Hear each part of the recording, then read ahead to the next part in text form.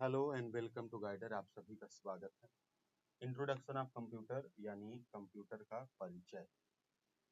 पहले सेशन में यानी पहली क्लास में हमने केवल ये समझा कि कंप्यूटर क्या है, कैसे काम करता है, कौन कौन से पेरिफेरल्स होते हैं, कौन कौन से कंपोनेंट्स होते हैं और वो कैसे कनेक्टेड होते हैं, उनके क्या नाम होते हैं। आज थोड़ा सा और आगे बढ़ेंगे। अभी ये क्लास लगभग 3 क्लास में इंट्रोडक्शन खत्म होगा, यानी अभी आज हम प्रकार पढ़ेंगे, जनरेशंस पढ़ेंगे और लास्ट में हम एक बार हिस्ट्री पढ़ेंगे। हिस्ट्री को लास्ट में इसलिए कर रहे हैं क्योंकि वो थोड़ा सा अनइंटरेस्टिंग लगने लगता है, क्योंकि बहुत सारे फैक्ट उसमें होते हैं, इसलिए हमने उसको लास्ट में सोचा है कि कराएंगे, ताकि टॉपिक भी पूरी तरीके से समझ में आए, सब कुछ कवर भी हो जाए। ठीक है। और आप मुझे बता दिएगा अगर वॉइस में कोई दिक्कत होगी या किसी चीज में कोई दिक्कत होगी। तो सबसे पहले कंप्यूटर को डिवाइड करते हैं। बहुत सारे तरीके होते हैं डिवाइड करने के, यानी हार्डवेयर के बेस पर, साइज के बेस पर, या जनरेशन के बेस पर, या टाइप के बेस पर बहुत सारे तरीके होते हैं। तो फर्स्ट ऑफ ऑल जो पहला तरीका हम लोग यूज करेंगे इसको क्लासिफाई करने का, वो होगा हार्डवेयर के बेस पर। यानी इसको हम लोग पहले बेस्ड ऑन हार्डवेयर टाइप्स की हम लोग बात करेंगे आज। और पहला जो हम इसका आधार मान रहे हैं वह है हार्डवेयर के आधार पर। बहुत सारे तरीके हैं क्लासिफाई करने के, उसमें से पहला तरीका है हार्डवेयर के आधार पर, यानी based on hardware, based on hardware. ठीक है। तो हार्डवेयर यानी बेसिकली हमारे कंप्यूटर का सबसे मेन कंपोनेंट हार्डवेयर ही है। इसी के बेस पर सारी चीजें होती हैं, चलती हैं, है ना।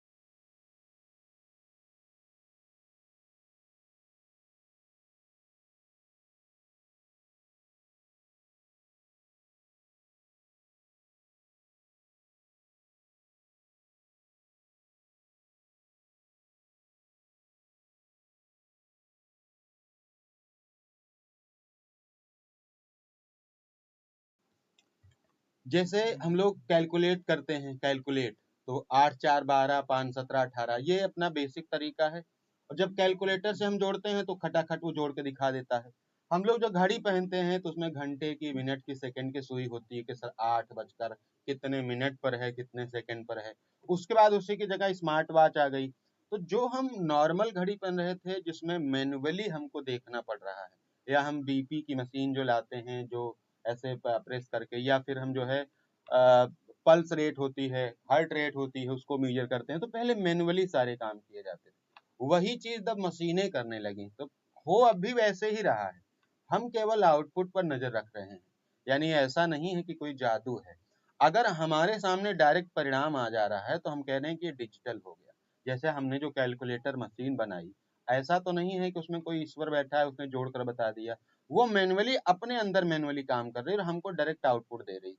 तो जो चीजें मशीनें कर रही हैं और वो बहुत इजीली तरीके से हो जा रही हैं, कुछ में मैनुअल जो है कोई भी उसमें इंटरफेयर नहीं है, कोई मैनुअल इसको कर नहीं रहा। जैसे हमको अगर 8 और 4 को जोड़ना हो तो हम दिमाग चलाते हैं, 8 4 12। यही चीज हम कैलकुलेटर को दिए, 8 + 4 उसने करके दे दिया। दिमाग उसने चलाया, ऐसा नहीं कि वो नहीं चला रहा, वो भी चलाता है। हमको रिजल्ट डायरेक्ट मिल जाता है तो हम क्या करते हैं कि सर ये डिजिटल हो गया। अब जैसे पीडीएफ हो गई। हम पहले कॉपी खरीदते थे, किताब खरीदते थे, उसमें हम लोग लिखते थे ये है, 1 पन्ना लिखा, 2 पन्ना लिखा। अच्छा, यही जब हम पहले पढ़ाते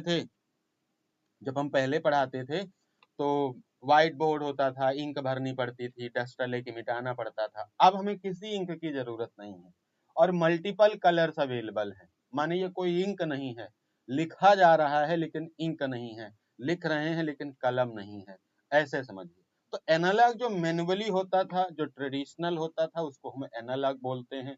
जो पुराने जमाने में होता था, जैसे थर्मामीटर, आपका ब्लड प्रेशर की मशीन, आपकी घड़ी पुरानी वाली, वो सब किसके उदाहरण है? वो एनालॉग कंप्यूटर के उदाहरण है। उसी जगह अब हम मशीनों के थ्रू चीजों को कराने लगे और आउटपुट को हम प्राप्त करने लगे, हम खुद।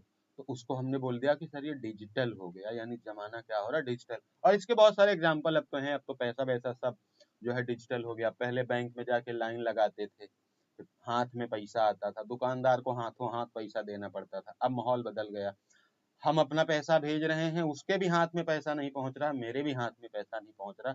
दोनों ही कल्पना की दुनिया में है। वो खुश है कि मेरे अकाउंट में पैसा आ गया और हमारा तो काम हो गया तो मेरे अकाउंट से कट गया। सब कुछ आभासी चल रहा है। जैसे आज आपके अकाउंट में मान लो कि 1 लाख रुपया है, वो आभासी है, आपके हाथ में नहीं है, हवा में है, और हर काम उसी से हो रहा। तो अभी का युग क्या है वही समझिए। पहले एनालॉग था, हैंड टू हैंड अपना सारी चीज चलती थी। अब डिजिटल हो गया। कंप्यूटर में डिजिटल होने का अर्थ केवल इतना ही नहीं है। हम जब कंप्यूटर में डिजिटल होने का अर्थ कह रहे हैं तो मैंने थोड़ी देर पहले समझाया कि हम जब 8 और 4 जोड़ रहे हैं तो हम अपने मन में वो जोड़ चला रहे हैं, 8 4 12। कंप्यूटर को जब हमने 8 और 4 जोड़ने को कहा तो काम उसने भी किया। ये नहीं है कि वो कोई जादू है, वो मशीन है, प्रोग्राम की हुई मशीन है, और वो कोई आउटपुट आपको जनरेट करके दे रही है। उसमें जो काम हो रहा है वो लॉजिक के थ्रू हो रहा है। उसमें आपने एक मशीन लगाई होगी, एएलयू लगाई होगी, जो कि अरिथमेटिक और लॉजिक दोनों का काम करती है। अरिथमेटिक वाला हिस्सा गणितीय संक्रियाओं को काम करता है, अरिथमेटिक कैलकुलेशंस का काम करता है, और लॉजिक वाला हिस्सा तर्क लगाने का काम करता है। तो वो तर्क लगा के आपको फाइनल आउटपुट दे रहा है। ये समझाने का मतलब क्या है वो समझिए। यहाँ से सवाल आया था जो कि हम लोग अभी आपको बताने चल रहे हैं। सवाल आप लोगों को मैं बता दूं कि देख लीजिएगा। एनालॉग का मतलब होता है जो सतत सिग्नलों यानी कॉन्टिन्यूअस सिग्नल्स पर काम करता है। कॉन्टिन्यूअस सिग्नल्स पर, इसको लिखते चलिएगा। सभी लोग शुरुआत से ही नोट्स बनाते चलेंगे, है ना? ऐसा ना हो कि बाद में कहेंगे सर हमने कुछ पढ़ा नहीं, हमने कुछ लिखा नहीं। आप नहीं पढ़े, नहीं लिखे, आपकी कमी होगी, उसके जिम्मेदार हम नहीं होंगे। ठीक है? जब लिख के पढ़ाया जा रहा है, लिखते चलिए थोड़ा थोड़ा। जो रियल वर्ल्ड की वैल्यूज हैं, रियल वर्ल्ड मतलब जैसे तापमान मान लीजिए, है ना, और बीपी मान लीजिए, ऐसी बहुत सारी जो रियल, या फिर घड़ी मान लीजिए, जो पुरानी घड़ी थी उसको जो है हम लोग यूज करते हैं एनालॉग में। ठीक है? तो ये इसकी बेसिक सी बात है। हालांकि मैं यहीं पर इसके बारे में और कुछ बताऊंगा, फिर डिजिटल और बाकी चीजों पर चलेंगे। अब अंतर समझ गए हैं, और जब डिजिटल को और अच्छे से समझाएंगे तो इसके और अच्छे डिफरेंसेस आप क्या होंगे समझ जाएंगे। ठीक है, इसका दौर था आजादी के आसपास, यानी पहली जनरेशन में 1940s में जो है ये चल रहा था। तो जैसे स्फिग्मोमैनोमीटर जो आपका ब्लड प्रेशर मापता था, थर्मामीटर हो गया, ये सब इसके क्या है, उदाहरण है, एग्जाम्पल इसके हैं, थर्मामीटर वगैरह। सीपीयू सिग्नल बेस्ड था ये, मतलब मशीन तो छोटी सी होती थी, अब कह सकते हो डायरेक्टली सिग्नल बेस्ड था ये, सिग्नल बेस्ड यानी मैनुअल इंटरवेंशन है ना, मैनुअली चीजें होती थी ज्यादातर इसमें। तो ये दौर था अपना एनालॉग का, एनालॉग कंप्यूटर, हिंदी में भी वही कहते हैं, कोई इसके अलग से हिंदी नहीं बनाई गई है, एनालॉग कंप्यूटर। दूसरा जो है अपना तरीका डिजिटल कंप्यूटर का है, टाइप के बेस पर हमने डिवाइड किया है डिजिटल कंप्यूटर। अब जब मैंने आपसे कहा कि डिजिटल कंप्यूटर, और मैंने आपको थोड़ी सी प्रोसेस समझाई कि ये कैसे काम करता है, तो ये एक्चुअली में बाइनरी में काम करता है, बाइनरी 0 1 के रूप में कार्य करता है। और दूसरा इसमें पॉइंट लिख सकते हो जहां से क्वेश्चन पूछा गया, डिस्क्रीट मैथमेटिक्स इसके अंदर आती है। ये कोई नॉर्मल मैथमेटिक्स नहीं, जो कंप्यूटर की भाषा है उसकी गणना ये करता है। और जो अगर कोई कहे कि सर बूलियन वगैरह, तो वो भी इसी में आता है। बाइनरी अगर आपको आ गया, बाइनरी 0 और 1, वही तो बूलियन है, 0 और 1 का ही तो वहाँ पे चेंज है, कैसे क्या बदलता है वही का तो नियम है। तो बूलियन वगैरह भी कभी कोई सवाल आया, अभी आया नहीं है लेकिन आ सकता है। बूलियन मैथमेटिक्स भी इसी में आती है, बूलियन अलजेब्रा मैथमेटिक्स कुछ भी लिखा है तो वो भी आपके डिजिटल में ही आएगी। ठीक है, यहाँ से भी सवाल पूछा गया था, discrete mathematics UP triple SC ने पूछा था कि डिस्क्रीट वैल्यूज को, डिस्क्रीट अरिथमेटिक वैल्यूज को कौन के लिए कौन सा कंप्यूटर यूज होता है, बस इतना ही पूछा था। तो अरिथमेटिक वैल्यूज के लिए, नॉर्मल के लिए तो अपना एनालॉग ही होगा, लेकिन डिस्क्रीट मैथमेटिक्स जो लॉजिकल चीजें हैं, बाइनरी चीजें हैं, बुलियन चीजें हैं, उनके लिए आपका डिजिटल ही यूज होगा। और 1950 के बाद का ये दौर रहा, और इसी में आपका जो माइक्रो प्रोसेसर वगैरह रहा वो सब इसी दौर में चला। ठीक है, इसके एग्जाम्पल के रूप में आप देखोगे तो आज के जितनी भी चीजें हैं, जैसे लैपटॉप, टैबलेट, ये सब आपके क्या हैं, डिजिटल कंप्यूटर के उदाहरण हैं। तो ये दूसरा अपना हो गया डिजिटल कंप्यूटर। ठीक है, उसके बाद इसको लिख लीजिए आराम से, फिर हम लोग दोनों के मिक्सचर पे चलते हैं, यानी एक आपका एनालॉग, एक आपका डिजिटल। इसके भी आगे होता है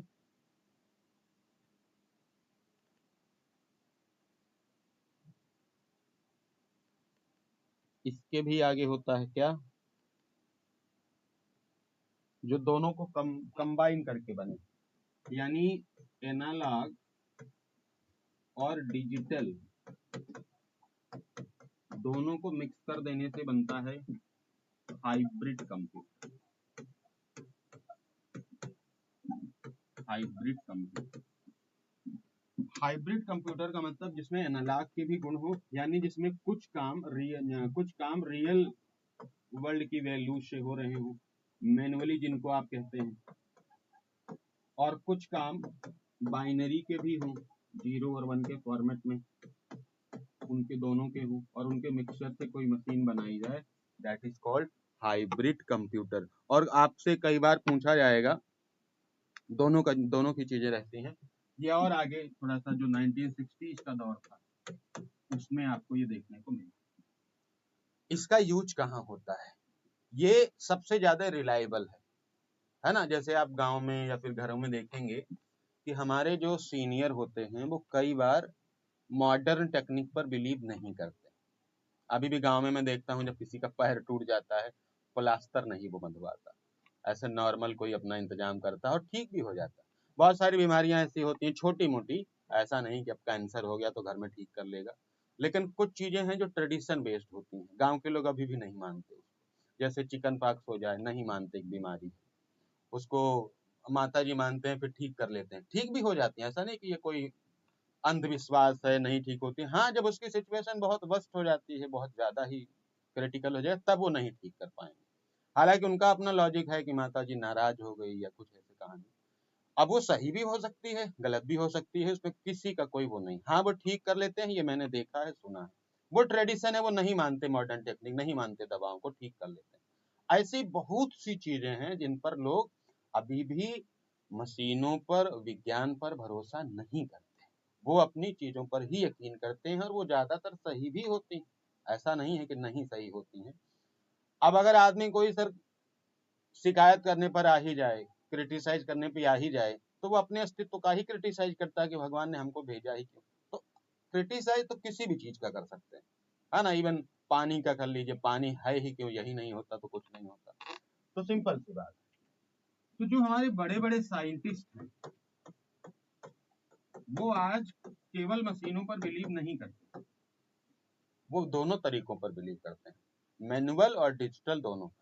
हाइब्रिड कंप्यूटर ज्यादातर ऐसी जगहों पर यूज करते हैं, होता है जहां सबसे ज्यादा भरोसे की जरूरत है, जैसे साइंटिस्ट वाली चीजों में, डिफेंस वाली चीजों में, डिफेंस के जो आर्किटेक्चर वगैरह होते हैं। तो जितने बड़ी बड़ी, जैसे इसरो हो गए, नासा हो गए, या बार्क हो गया, इन सब जगहों पर जो कंप्यूटर लगे हैं वो हाइब्रिड कंप्यूटर्स लगे हैं, जो मैनुअल कैलकुलेशंस भी प्रोसेस करते हैं और डिजिटल कैलकुलेशन भी प्रोसेस करते हैं। तो ये आपका हेल्थ केयर में इसका बहुत यूज होता है, डिफेंस में यूज होता है, साइंटिस्ट लोग इसको यूज करते हैं, बड़े बड़े प्रोजेक्ट्स में यूज होता है। तो हाइब्रिड कंप्यूटर जहाँ सबसे ज्यादा भरोसे की और सटीकता की जरूरत होती है, वहाँ हाइब्रिड कंप्यूटर यूज होता है। हम लोग हाइब्रिड नहीं यूज करते, हम लोग डिजिटल कंप्यूटर यूज कर रहे हैं। अब मैनुअल तो हमको आता भी नहीं है वैसे, है ना। तो हम लोग डिजिटल यूज करते हैं, जो बड़े साइंटिस्ट हैं वो अपना हाइब्रिड कंप्यूटर यूज करते हैं। आप इसको लिख लीजिए।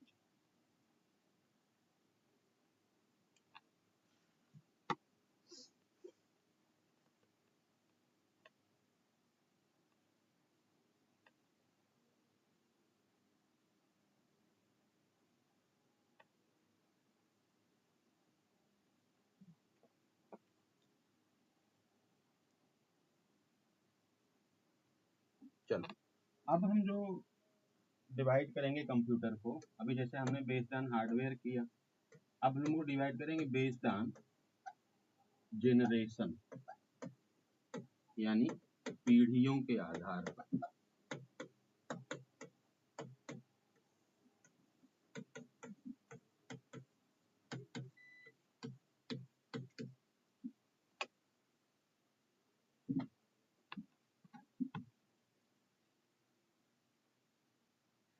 देखिए, पीढ़ियों का यहाँ क्या मतलब है, इसका क्या सेंस है। पीढ़ियों का बहुत बेसिक सा सेंस, डेवलपमेंट। पीढ़ी का मतलब यहाँ ये नहीं कि दादा आए, फिर पापा आए, फिर हम आए, फिर हमारे बच्चे आएंगे, ऐसा कोई सेंस नहीं। पीढ़ियों का, जेनरेशंस का यहाँ बहुत सिंपल सा सेंस है, बेस्ड ऑन डेवलपमेंट, यानी विकास कैसे हुआ। जैसे अगर आप कभी फील किए हो, तो एक जनरेशन जब आगे हम जब अपने जीवन में बढ़ते हैं, तो बच्चों का दिमाग तेज हो रहा है। आप देखें, जैसे हमारे बच्चे जब होंगे तो हमसे ज्यादा तेज होंगे, मतलब उनका शार्प माइंड होगा। जनरेशन बढ़ने के साथ साथ क्या होगी, दिमाग बढ़ता जाएगा, और उसके कारण है संसाधन। जैसे हम लोग जब अपनी प्रारंभिक वर्षों में थे, तो इस मोबाइल हमारे पास नहीं थी, दूर दूर तक नहीं थी मोबाइल, पत्र लिखे जाते थे, हमने देखा है। गांव में कहीं फोन होता था, वहां टेलीफोन पे फोन आता था। गेम नाम की कोई चीज नहीं थी, गांव में गेम खेले जाते थे, लोग गोलियां खेलते थे, इस तरह के बहुत सारे लुका छिपी खेलते थे। तब वो खेल पैदा हुए थे और उनकी एक वैल्यू थी। लोग दौड़ते भागते कुछ बनाते, ऐसा करते थे, कुछ रचनात्मकता थी। अभी ऐसा नहीं है, बच्चा पैदा हो रहा तो मोबाइल से ही शुरुआत होती है, फोटो खींची जाती है, उसके वीडियो ब्लॉग शुरू होते हैं, वहीं से उसका जीवन शुरू हुआ। सबके घरों में ये कहानी। फिर वो मोबाइल से ही देखो 2 साल 3 साल का हो गया, वीडियो देखने लगा, सब चीज जानने लगा, गेम कार्टून ये सब चीजें जानने लगा। हम लोग तो कार्टून देखते ही नहीं थे शुरू में, बचपन में। हमको, मुझे पर्सनली हाई स्कूल के बाद फोन मिला था, है ना। तो और उसके पहले फिर पड़ोसी के यहाँ फोन था, गांव में टेलीफोन था, पत्र थे, तो ये वाला था। अब ऐसा नहीं है, जब हमको संसाधन बदल गए, हमारी परवरिश बदल जाएगी, तो निश्चित रूप से हमारा माइंड क्या होगा, अलग लेवल से डेवलप होगा। और आगे के बच्चों में यही हो रहा है, और आगे और भी ज्यादा होगा। तो कंप्यूटर में जेनरेशन का मतलब है विकास क्रम। पहले जो कंप्यूटर बने, पहली पीढ़ी के कंप्यूटर, पहली पीढ़ी के कंप्यूटर, फर्स्ट जनरेशन बोलते हैं, फर्स्ट जेनरेशन। तो वहां पर कंप्यूटर को चलाने के लिए जिस टेक्निक का यूज किया गया, उसमें लगाया गया वैक्यूम ट्यूब, निर्वात ट्यूब।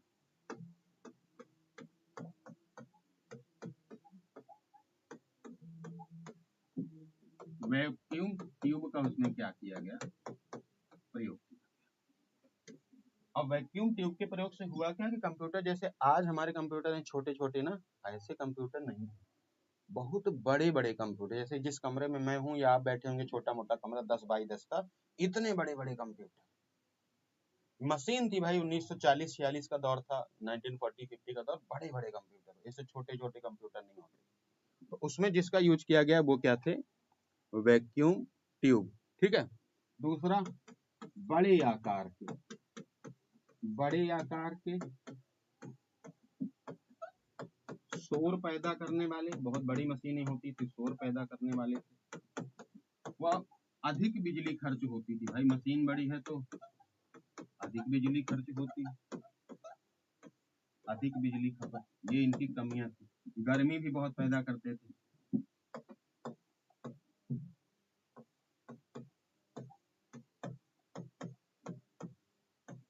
तो इनकी बहुत सारी कमियां भी थी, बड़े आकार के थे, मतलब रखने के लिए बहुत जगह चाहिए होती थी, यानी कि छोटे कमरे में रख लेंगे। और हाँ, इनमें शुरुआत किसकी हुई, मशीन लैंग्वेज की। मशीन लैंग्वेज मतलब जैसे हम लोग हिंदी अंग्रेजी ये सब जानते हैं, तो मशीनें, तो मशीनों का तो कोई जन्म हुआ नहीं, उनका आधार कार्ड बना या फिर वो उत्तर प्रदेश में जन्म ली, ऐसे तो कोई कहानी उनके साथ है नहीं। सिंपल सी बात यह है। तो भाई वो कैसे काम करेंगी, मशीनी भाषा में। मशीनी भाषा का मतलब वही 0 और 1, इसको हम लोग कहते हैं बाइनरी लैंग्वेज। तो मशीनें कौन सी भाषा समझती हैं, बाइनरी लैंग्वेज। इस समय जो स्टोरेज का इनका सिस्टम था वो था मैग्नेटिक ड्रम। ये सब लिखते चलिएगा, क्योंकि पेपर में जब आएगा तो आपको पता नहीं चलेगा कि सवाल कहाँ से आया। अभी सवाल कुछ दिन पहले पूछा भी गया था, आप लोग लिख रहे हैं स्टोरेज क्या था, मैग्नेटिक ड्रम। स्पीड क्या थी उस समय, मिली सेकेंड। स्पीड क्या थी, मिली सेकेंड में स्पीड चलती थी। लिख लीजिए इसको।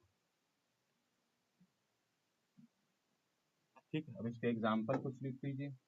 और इसी समय में असेंबली भाषा का विकास हुआ था, इसको थोड़ा सा छोटा करते हैं।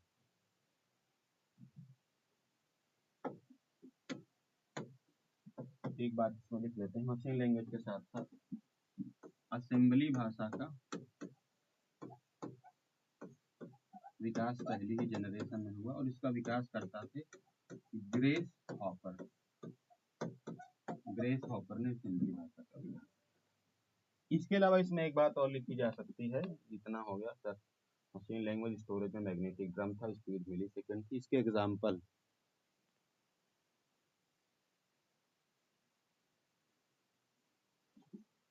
इसके एग्जाम्पल हैं इनियक, यूनिवैक,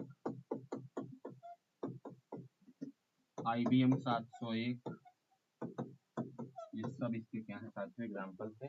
और अगर किसी को जैसे टाइम पीरियड सोचना हो, ये टाइम पीरियड था 1940 टू 46, 1940 से 46 का ये दौर था। ठीक है, 1940 से 46 का ये दौर था। इनियक, यूनिवैक, या एक और जो कंप्यूटर था अपना एडवैक, वो भी इसी एडवैक। तो ये पहली पीढ़ी के बारे में कंप्लीट इंफॉर्मेशन आपकी स्क्रीन पर लिखी है, इसको आप नोट करें।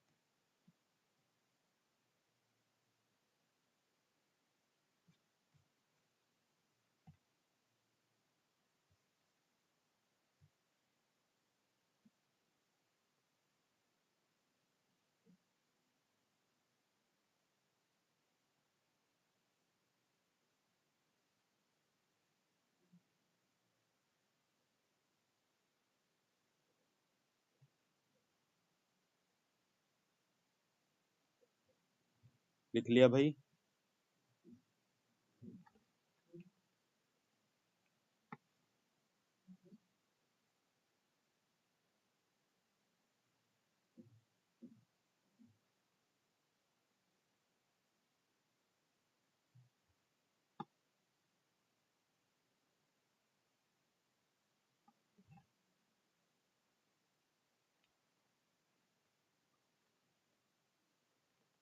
देखिए इस वक्त आपको मालूम है कि सिचुएशन यहाँ बहुत अच्छी नहीं है, जिस वजह से रास्ते बहुत सारे बंद थे, बिजली की बहुत सारी समस्या थी, और ये कोई किसी की बनाई चीज नहीं थी, ये प्राकृतिक चीज है। सेकेंड जनरेशन की दूसरी पीढ़ी के बारे में जान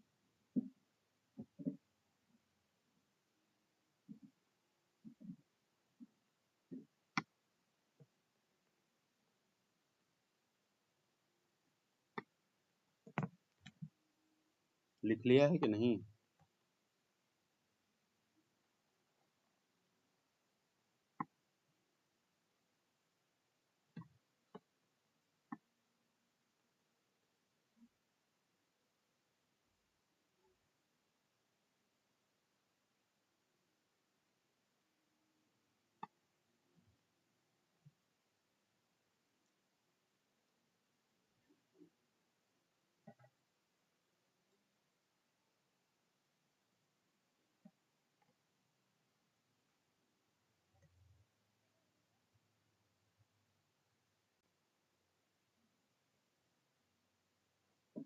देखो, दूसरी पीढ़ी जब आपकी आई, इसका टाइम पीरियड रहा 1940 से 56 लिखिएगा बच्चे। इसका टाइम पीरियड रहा 1956 टू 1963। इसमें जो टेक्निक यूज हुई वो यूज हुई ट्रांजिस्टर का इसमें प्रयोग किया गया। ट्रांजिस्टर क्या थे? ये वैक्यूम ट्यूब से 100 गुना छोटे थे लगभग। वैक्यूम ट्यूब से 100 गुना छोटे थे, है ना? मतलब कंप्यूटर क्या हुआ, छोटा होता जा रहा है ना?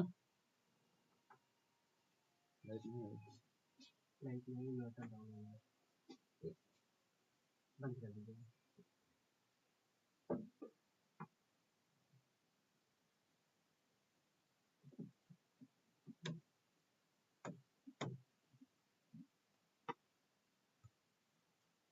देखिए, पहली पीढ़ी के कंप्यूटर, दूसरी पीढ़ी के कंप्यूटर पे हम लोग बात कर रहे थे। सेकंड पीढ़ी में क्या हुआ, बड़े बड़े कंप्यूटर थे और उनमें जो टेक्निक यूज होती थी वैक्यूम ट्यूब की यूज होती थी। इनिएक, एडवैक, यूनिवैक 1 और IBM 701, ये कुछ कंप्यूटर थे जो उस दौर में 1940 टू 1956 के दौर में चले गए, है ना?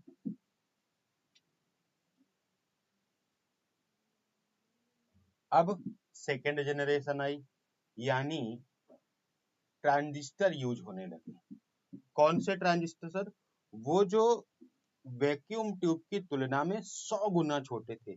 जो टेक्निक है वो छोटी हो गई। कंप्यूटर क्या हुए, जो बड़े बड़े कमरों के आकार के थे वो छोटे होते चले गए, अभी और छोटे होंगे। तो सेकेंड जनरेशन जो आई उसमें अब क्या फायदा होगा? फायदा ये होगा जी कि आकार छोटा हो जाएगा। आकार क्या हो जाएगा? आकार छोटा, है ना? आकार कम हो जाएगा, बिजली की खपत कम हो जाएगी। मशीन छोटी हुई तो बिजली की खपत कम हो गई, है ना? बिजली की खपत कम हो गई, कम गर्मी पैदा करने वाले हो गए। सर गर्मी से क्या मतलब है? गर्मी से मतलब है कि जो वहां काम करते हैं उनको भी परेशानी हो रही होगी, और मशीन भी जल्दी हीट हो जाएगी तो कम काम करेगी, उसकी क्षमता कम हो जाएगी।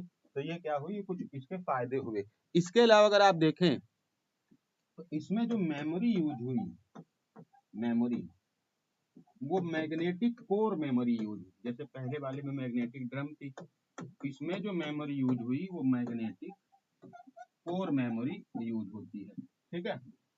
और इसकी जो स्पीड है, जैसे उसकी स्पीड थी मिली सेकेंड में, इसका मतलब ये हुआ कि ये किसी काम को मिली सेकेंड में कर देगा, 10⁻³ जिसको आप बोलते हैं।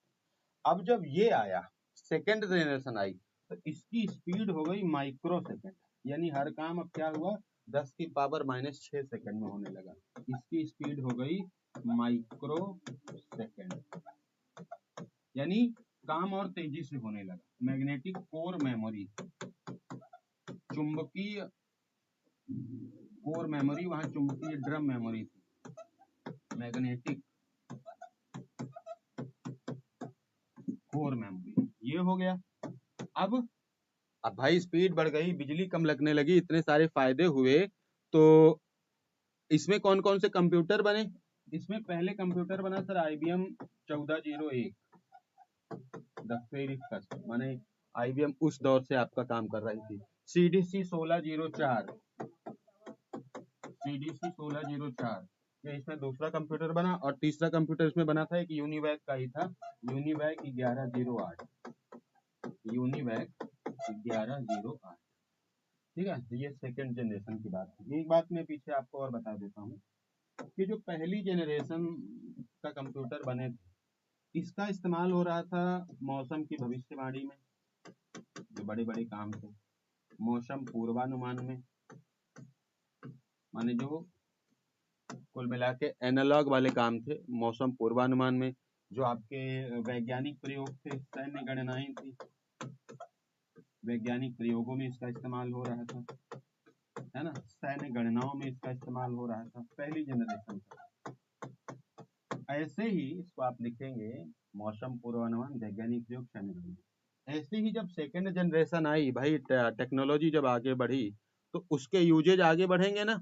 अब इसका इस्तेमाल व्यापार में होने लगा, इसका इस्तेमाल व्यापार में होने लगा, इसका इस्तेमाल विश्वविद्यालय में होने लगा, ठीक है, इसका इस्तेमाल अनुसंधानों में होने लगा, वैज्ञानिक अनुसंधानों में।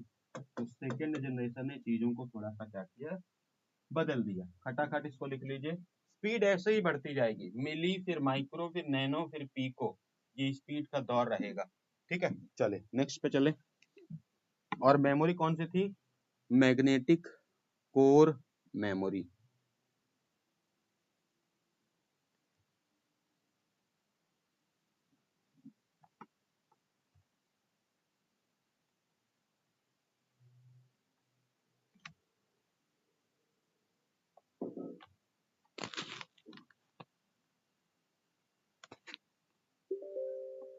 ठीक है, सेकेंड जनरेशन को आप फटाफट सब लोग लिख लीजिए, स्क्रीनशॉट भी ले सकते हैं आप इसका।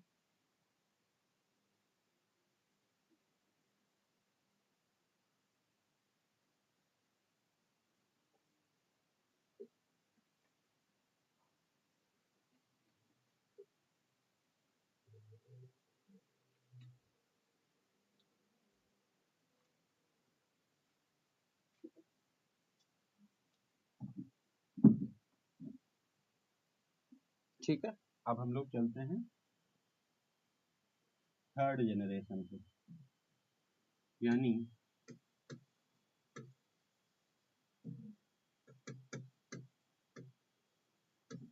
तीसरी पीढ़ी के कंप्यूटर।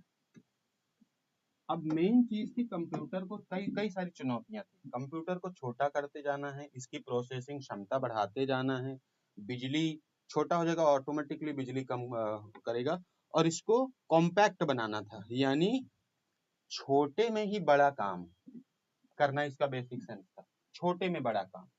तो थर्ड जनरेशन में क्या हुआ, पहले में वैक्यूम ट्यूब इस्तेमाल हुई, फिर आपका ट्रांजिस्टर इस्तेमाल हुआ।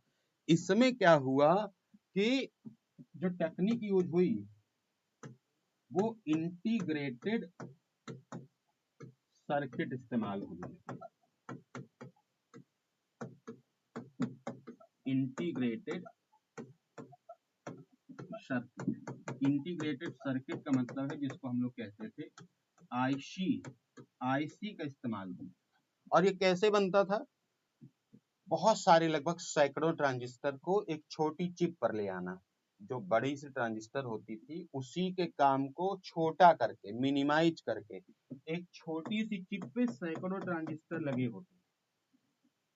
इसी यही आईसी थी, आईसी ट्रांजिस्टर का ही छोटा रूप है। वहां एक ट्रांजिस्टर होता था और वैक्यूम ट्यूब में आगे आपको जब इतिहास बताऊंगा तो वहाँ बताऊंगा कि ऐसे ऐसे कंप्यूटर थे जिसमें एक एक हजार वैक्यूम ट्यूब के इस्तेमाल हुई थी। सोचे कितने बड़े कंप्यूटर होंगे। जो उस टाइम के मेन फ्रेम कंप्यूटर थे, जो उस टाइम के बड़े कंप्यूटर थे, एजीसी वगैरह, जो वैज्ञानिक अनुसंधानों में अपोलो मिशन में जो यूज हुए, उसमें एक एक हजार वैक्यूम ट्यूब इस्तेमाल हुई और टन में उनका वजन होता था। टन में, किलो में नहीं, ग्राम में नहीं, टन में वजन होता था। ठीक है, तो एक चिप पे ऐसे सैकड़ों ट्रांजिस्टर को ऐड करना एक चिप पे, उसी को हम लोग बोलते थे आईसी, और ये बहुत लंबे समय तक अपना काम करता रहा। ठीक है, इससे क्या हुआ, जब एक ट्रांजिस्टर था तो एक काम होता था, अब बहुत सारे ट्रांजिस्टर हैं, यहीं से आपका मल्टीटास्किंग शुरू हुआ, मल्टीटास्किंग संभव हुआ। क्यों?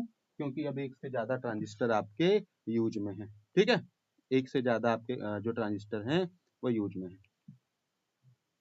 सभी साथी लिखते जरूर चलेंगे, इससे आपका क्या है, समझ आपकी विकसित होती चलेगी। ठीक है, तो इसका जो मेन सवाल पूछा जाता है इसके कंपोनेंट से ही पूछा गया है अभी तक, बाकी सारी चीजें एग्जाम्पल से भी पूछी जा सकती हैं, तो दोनों चीजें आप लगातार नोट करते चलिए। मल्टीटास्किंग संभव हुआ, इसमें जो बहुत सारे कंप्यूटर थे वो बने, जैसे आप लोग जो आज इस्तेमाल करते हो, है ना, वो भी। अच्छा, एक बात पीछे वाले में हम लोगों ने छोड़ी है, याद आ गया, इसी में जो है, जो आपका सेकंड जनरेशन था, इसी में दो भाषाओं का विकास हुआ, कोबोल और Fortran, formula translation, common business oriented language. इसी में देखिए यहाँ लिखा ना, व्यापार में इस्तेमाल होने लगा, तो व्यापार के लिए कॉमन बिजनेस ओरिएंटेड लैंग्वेज बनाई गई, कोबोल भाषा। और जो आपका फॉर्मूला ट्रांसलेशन बनाया गया, ये वैज्ञानिक अनुसंधानों के लिए बनाया गया, साइंटिफिक चीजों के लिए बनाया गया, फॉरट्रान लैंग्वेज। दो भाषाओं का विकास कोबोल और फॉरट्रान का सेकेंड जनरेशन में होता है। तीसरी जनरेशन में हम लोग आते हैं,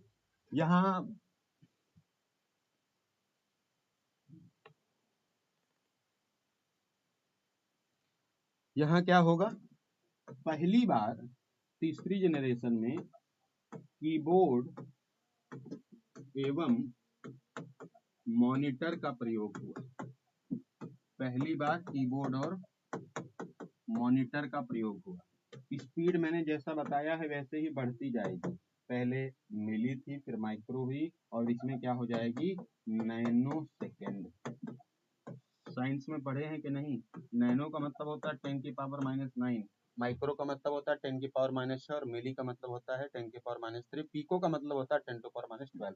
इसका एक सेंस है कि काम इतने समय में एग्जीक्यूट हो जा रहा है, इंस्ट्रक्शन इतने समय में एग्जीक्यूट हो जा रहा है, 10⁻⁹, बहुत कम समय है ये, -9 मतलब बहुत छोटा, सेकंड का भी 1/9 वाला पार्ट, 10⁻⁹ वाला पार्ट है एक सेकंड।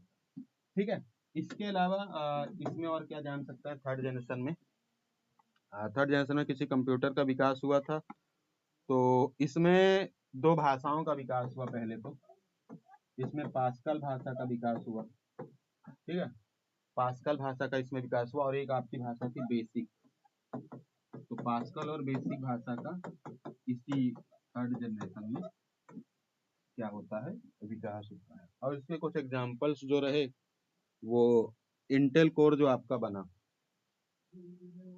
जो आज आप लोग इस्तेमाल करते हो, इंटेल कोर i3, i5, इनका विकास हुआ। इसके अलावा AMD राइजन का विकास इसी समय में होता है, एप्पल M1 का विकास इसी समय में होता है। अभी और भी आपको बताऊंगा, PDP-1 इसी थर्ड जनरेशन में ही था, इतना लिख लीजिए, फिर आगे छोटा करके।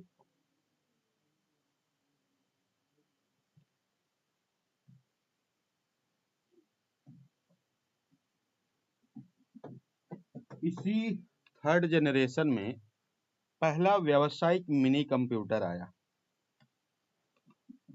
प्रथम व्यावसायिक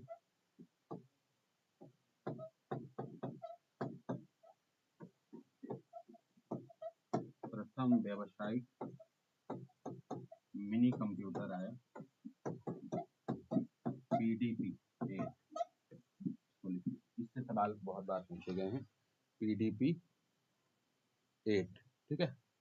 PDP का मतलब होता है प्रोग्राम्ड डेटा प्रोसेसर, चाहो तो कहीं लिख लीजिए, आप लिख लीजिए प्रोग्राम्ड डेटा प्रोसेसर। तो ये PDP 8। इसके अलावा अगर थर्ड जनरेशन में आप देखें तो कुछ और भी चीजें हुई हैं क्या। IC का आविष्कार, इसमें नाम लिख लीजिए जैक किल्बी और रॉबर्ट नोई, ये दो लोग थे जिन्होंने इसका विकास किया। आई थिंक इस थर्ड जनरेशन में इतना काफी है।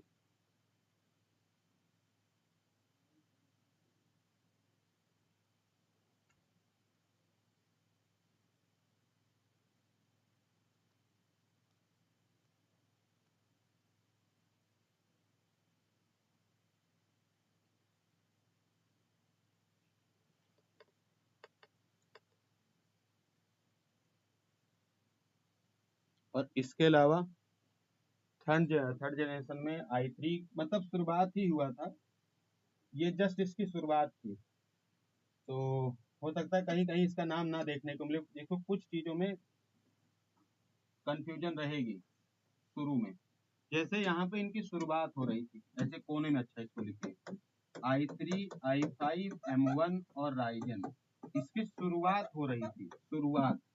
बाकी इस दौर में जो कंप्यूटर बने, इससे एक सवाल आया हुआ था इसलिए मुझे याद आ गया, IBM 360, ये IBM का एक बहुत ही तगड़ा वर्जन था।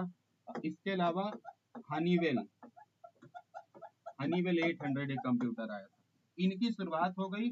तो कहीं कहीं कुछ कुछ किताबों में जैसे कोबोल और फोर्ट्रान को लेकर भी थोड़ा सा बताया गया, कुछ में फोर्थ जनरेशन में बताया गया, कुछ में थर्ड में बताया गया, कुछ में जैसे मैंने सेकंड बताया है। तो कहीं कहीं किताबों में थर्ड जनरेशन भी देखने को आपको मिल जाएगा, तो ये देखते रहिएगा।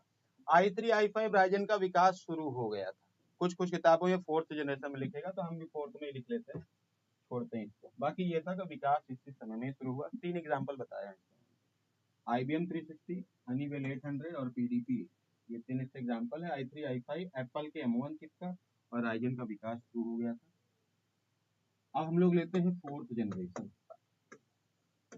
अब क्या हुआ, चीजें बहुत बदल चुकी हैं। वैक्यूम ट्यूब से ट्रांजिस्टर और फिर IC तक हम सफर कर चुके हैं। कई भाषाओं के विकास हो चुके हैं, स्पीड हमारी नैनो सेकंड तक आ चुकी है, बिजली, आकार, गर्मी कम हो चुकी है, ऊर्जा, और हमारी मेमोरी चेंज हो रही है। फोर्थ जनरेशन में हम लोग इस्तेमाल करने लगते हैं माइक्रो प्रोसेसर, यानी चीजें क्या हुई और छोटी होती चली गई। फोर्थ जनरेशन में जो टेक्निक यूज हुई वो यूज हुई माइक्रो प्रोसेसर, यानी छोटे छोटे, या कह सकते हो कि सूक्ष्म,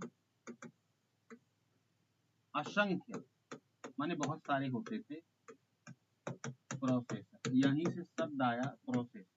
प्रोसेसर का मतलब होता है प्रोसेस करने वाला, यदि हम कंप्यूटर को कोई काम देते हैं तो उसको करने वाला, प्रोसेसर, ठीक है। तो यहाँ से इसकी शुरुआत हुई। अब यहीं जब ये माइक्रो प्रोसेसर का दौर आया जी, कहानी यहाँ से बदल गई। क्या कहानी बदली, पहला जो माइक्रो प्रोसेसर आया, पहला जो माइक्रो प्रोसेसर इस दौर में बना, वो बना इंटेल 400। इंटेल का ये एक ऐसा प्रोसेसर बना 4004, ये पहला माइक्रो प्रोसेसर, इससे बहुत सारे सवाल बने थे। इंटेल 4004, स्पीड क्या हुई सर, सीक्वेंस में बढ़ रही, 3 की पावर में बढ़ेगी। स्पीड यहाँ पहुंच चुकी है पीको सेकेंड, पीको सेकेंड, यानी 10 की पावर -12 सेकेंड में सारे इंस्ट्रक्शन क्या हो रहे हैं, कंप्लीट हो रहे हैं, ठीक है। इसी में GUI सपोर्ट आ गया। GUI मतलब graphical user interface, graphical user interface, graphical user interface का क्या हुआ, यहाँ पे उद्भव होता है। इसके अलावा इसी समय में लोकल एरिया नेटवर्क और वाइड एरिया नेटवर्क, लैन और वैन का विकास होता है। तो हम लोग लैन वैन पढ़ते हैं कंप्यूटर नेटवर्क में, उसका विकास होता है। इसी समय में पर्सनल कंप्यूटर का विकास होता है। इसी समय में पर्सनल कंप्यूटर का विकास होता है। फटाफट इसको लिखते चलिए। यही वो दौर था जब सी भाषा का विकास हुआ, सी भाषा का विकास हुआ। यही वो समय है जब इंटीग्रेशन में, यही वो समय है जब इंटीग्रेशन में LSI और VLSI का प्रयोग। LSI का मतलब क्या है जी? LSI का मतलब है लार्ज स्केल इंटीग्रेशन, और VLSI का मतलब है वेरी लार्ज SI, यानी वेरी लार्ज स्केल इंटीग्रेशन। तो LSI और VLSI का यहाँ पर क्या हुआ, यूज होने लगा। ठीक है। और जो जिनकी बस शुरुआत हो रही थी, जैसे इंटेल के i3, i5, i7, जिसकी शुरुआत पिछले जनरेशन में हुई, उसका विकास हो। एप्पल की M1 चिप आ गई, एप्पल की M1 चिप आ गई। राइजन के कंप्यूटर, राइजन के प्रोसेसर आने लगे। AMD, जैसे मैं भी AMD का ही इस्तेमाल करता हूँ। AMD के राइजन है, ये प्रोसेसर मार्केट में आ गए। i3, i5, i7 आ गए। इंटेल का ही जो पहला वाला था 4004, वही उसी का विकास का क्रम जारी रहा। एप्पल की क्या हुई, M1 चिप आ गई। तो इसको आप लिख सकते हैं। और फोर्थ जनरेशन जो रही, वो कुछ कुछ किताबों में जैसे लिखा हुआ है कि अब तक, जैसे कुछ कुछ किताबों में 1975 से अब तक या 1971 से अब तक लिखा गया है। कुछ किताबों में 89 तक का जो है रेफरेंस है। किताबें का मतलब मैं ऐसी किताबों की बात कर रहा हूँ जो नॉर्मल मार्केट में नहीं है। जो बीटेक की किताबें हैं, जो BCA वगैरह की किताबें हैं, जैसे बीटेक के मैं रेफरेंस करता हूँ, तो उसमें ये सब लिखा हुआ। कुछ कुछ जो प्रकाशन है वो टिल नाउ लिखते हैं, और कुछ कुछ 89 तक का दौर। ये आप इसका स्क्रीनशॉट लीजिए, इसको लिख लीजिए। तो फोर्थ जनरेशन अपनी क्या हुई, खत्म हुई।